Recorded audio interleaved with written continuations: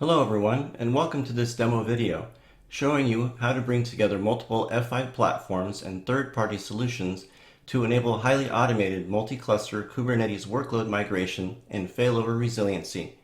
I'm Kevin Delgadillo, Principal Product Manager at F5, and I'll be providing a high-level introduction to the solution, what it is, what problems it solves, the value that it brings, and the basics of what it does. Michael Kennedy, a technical solution architect here at F5 who put this solution together, will then follow up with a detailed demonstration highlighting the components of the solution architecture, how to deploy this solution, and more details on how it works. So let's get started.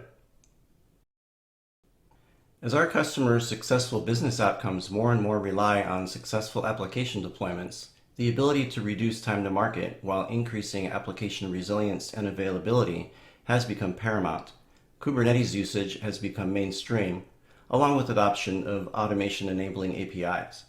Gone are the days where customers would deploy their monolithic applications to a single on-prem data center. With the advent of microservices, virtual machines, containers, and private and public cloud, our customer deployments have evolved into a much more complicated state involving a hybrid of many of these technologies. While deployments may have become more complicated and ironically automated, application resiliency and availability is still the most important business-focused requirement.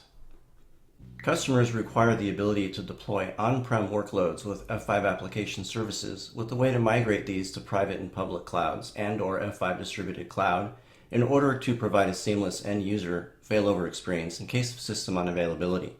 End users should not be aware of nor impacted by any level of application outage. Correspondingly, the business should not be impacted by such outages either in terms of revenue generation, customer-facing services, and support. This solution demonstrates the ability to deploy a workload and F5 app services on-prem using Kubernetes and migrate these to a cloud-enabled Kubernetes environment in order to enable such failover transparency. In this solution example, we show you how you can automate provisioning of on-prem, public cloud, and F5 distributed cloud infrastructure via Terraform and Ansible, deploy and replicate example workloads and apps and application services to each environment, leverage DNS to provide a seamless end-user failover experience in case of system unavailability, and ensure that end users won't be impacted in case of system or application unavailability events by automatically being directed to the best available resource. This solution is targeted at improving application performance and resilience, a key benefit category for F5's adaptive apps vision. So what are we trying to achieve with this solution? Well, our customers require the ability to deploy distributed workloads with F5 application services with an automated way to migrate these to the public cloud and/or F5 distributed cloud to provide a seamless end-user failover experience in case of system unavailability. And what's the value to our customers? Well, this solution seeks to optimize business and application service level agreements and objectives, SLAs and SLOs, and business continuity for our customers via resilient and redundant application deployment architectures. So what exactly does this solution do? At a high level, it automates deployment of your VPC infrastructure on-prem, in public cloud, in AWS, and in F5's distributed cloud. Next, we take you through the steps required to deploy and replicate example workloads and application services to each environment. While this next step can't currently be fully automated, we'll show you examples of how to get this up and running. Last but not least, we'll take you through the steps of how to leverage DNS to bring it all together in order to provide a seamless end-user failover experience in case of system unavailability. More specifically, we'll take you through day 0 tasks of deploying infrastructure via Terraform, day 1 tasks associated with deploying example workloads, including the public domain PetShop OpenAPI example application, and BigIP application services. We'll leverage existing F5 automation tools, including the F5 automation toolchain, as well as additional third-party tools such as Grafana and Elk. Finally, we'll take you through day X tasks of setting up DNS failover to optimize resiliency and availability. Now I'm going to turn this over to Michael Kennedy, who will provide additional technical details. In this video, we shall provision the underlying infrastructure for AWS using Terraform and the AWS supplied EKS blueprints as shown.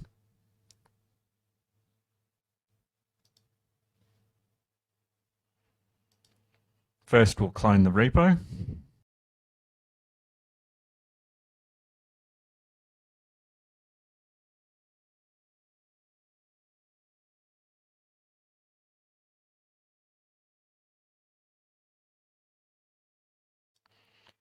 Then we'll change path to the examples.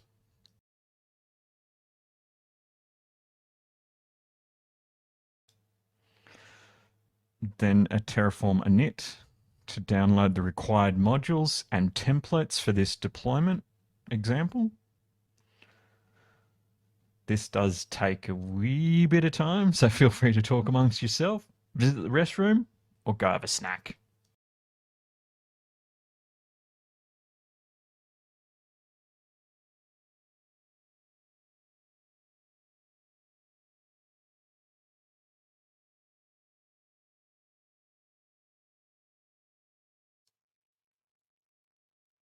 Yep, still here.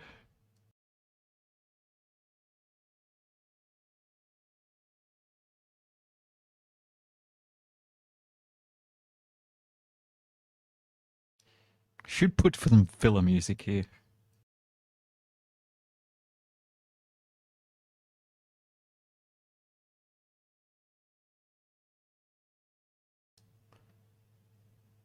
Oh, look, we made it. And now we execute a Terraform plan to show us what needs to be deployed or what will be deployed.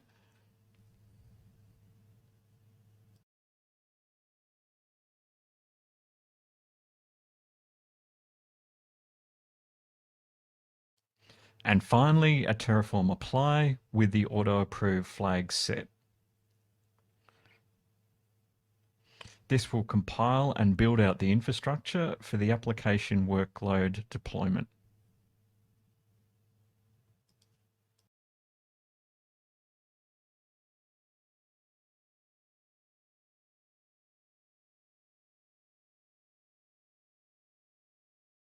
A few moments later.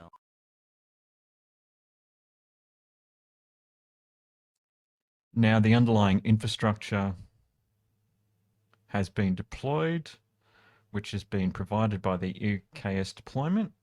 So we can update the local kube config by copying the follow outputted command.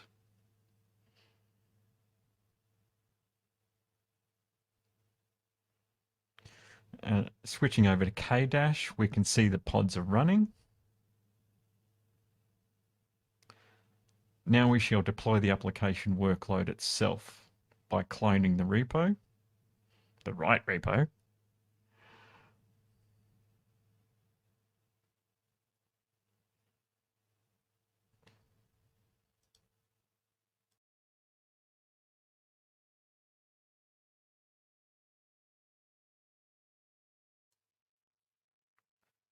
And dropping back to the parent part, and changing to the example manifest once we've finished cloning the repo.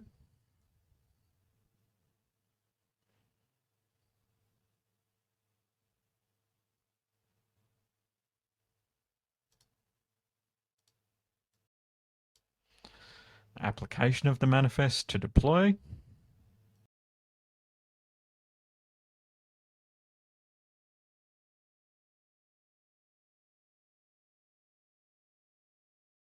Now if we switch back to K- again, we can see the EKS cluster. And changing to the application namespace, we can see the pods required to support the shop application workload and all its components.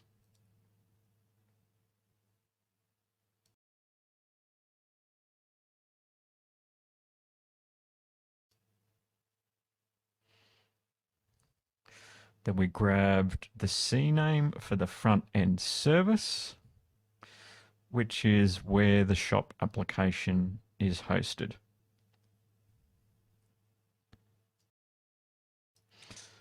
Here we can see that CNAME. Grab that. Add that to a browser. Do a refresh. without the copy paste fail.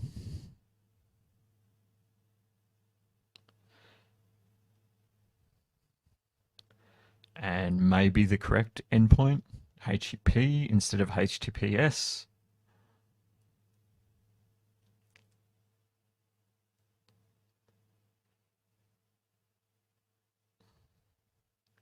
And here we can see the application is available. In a previous segment, we covered both the AWS EKS and shop application deployment. Now the same for distributed cloud. As before, we start with a Terraform init for the download and validation of the required modules.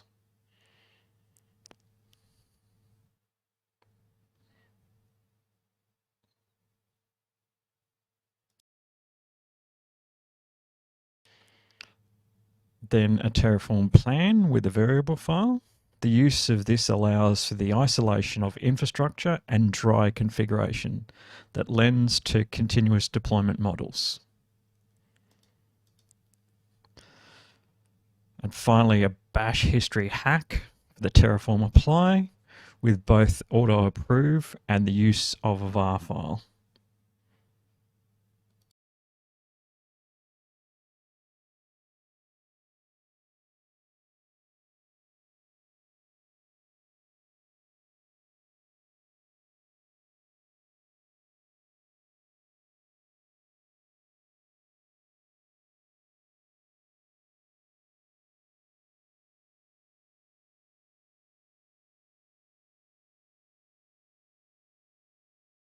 Now deployment is complete. We copy the app URL as shown. As in the AWS EKS deployment video, the shop application workload is accessible.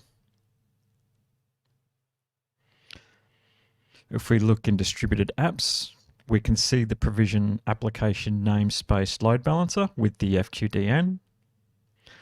And within service mesh, the virtual Kubernetes application service graph can be seen for the application workload.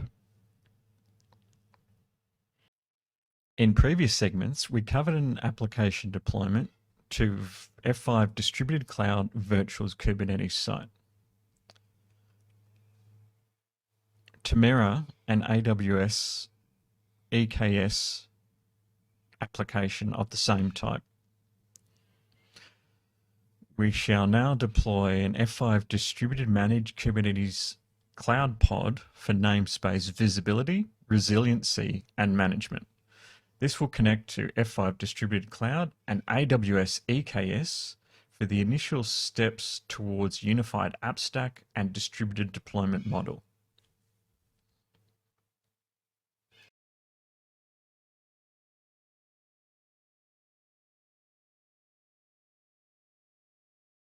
When I get there,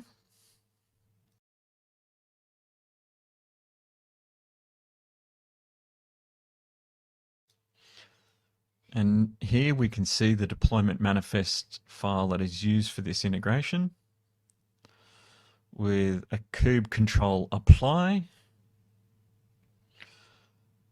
for the complete deployment.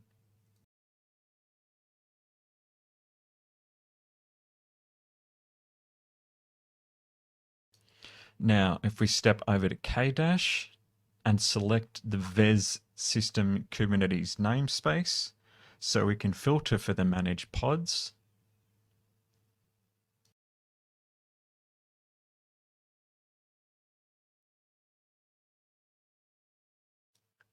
Here it can be seen the pods are initializing across all the nodes of the EKS cluster.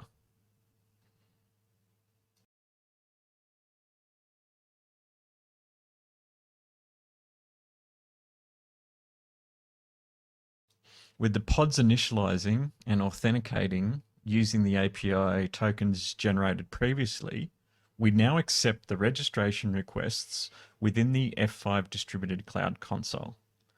This can also be done either through Terraform or through the APIs to allow for integration into CI/CD pipelines.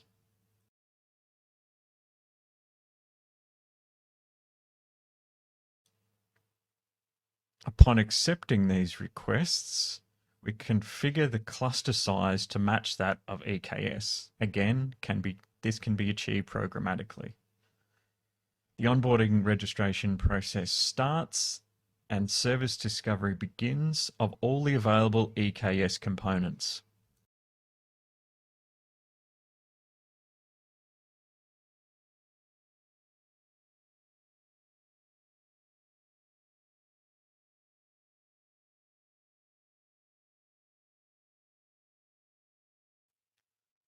If we filter on other registrations,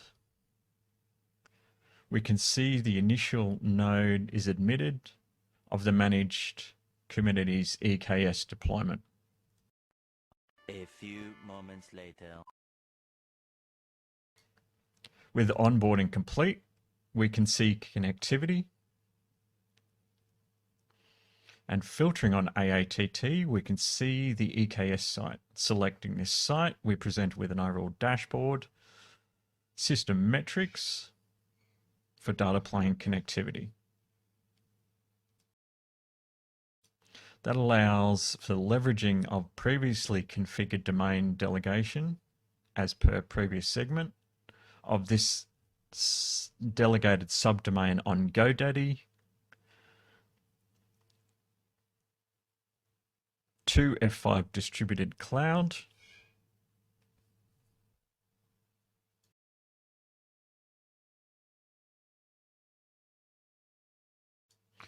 This domain was prepared earlier for DNS zone delegation from GoDaddy top-level DNS. Now, stepping back to distributed apps, we can see the front-end load balancer. Within load balancer management, we can see the AWS origin pool corresponding to the previously discovered managed Kubernetes.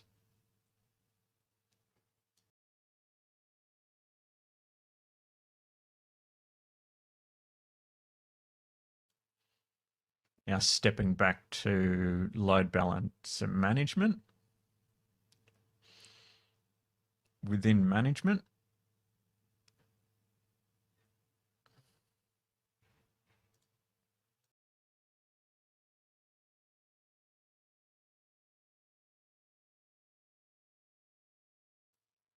we can see that the AWS front end forms part of the configuration. And finally, grabbing or seeing in the mesh the updated topology of the EKS app stack with the published ELB name for the front end service. And a final check, we'll grab the FQDN, add this to a browser and refresh.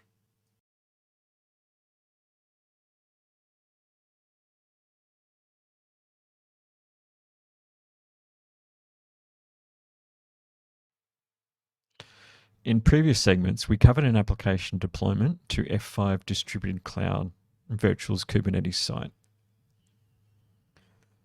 to mirror an AWS production EKS hosted application of the same type, with namespace load balancing as configured with managed Kubernetes across AWS EKS and F5 Distributed Cloud,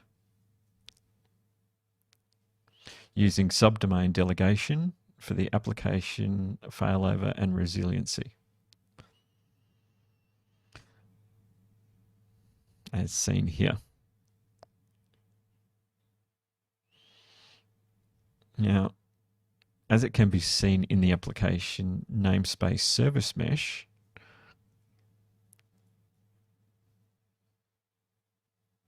both AWS and distributed cloud are accessible.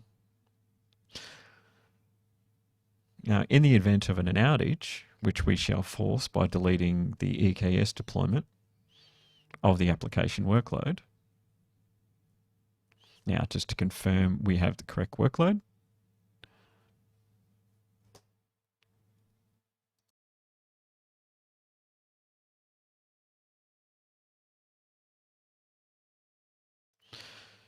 now finally the deletion of the deployment.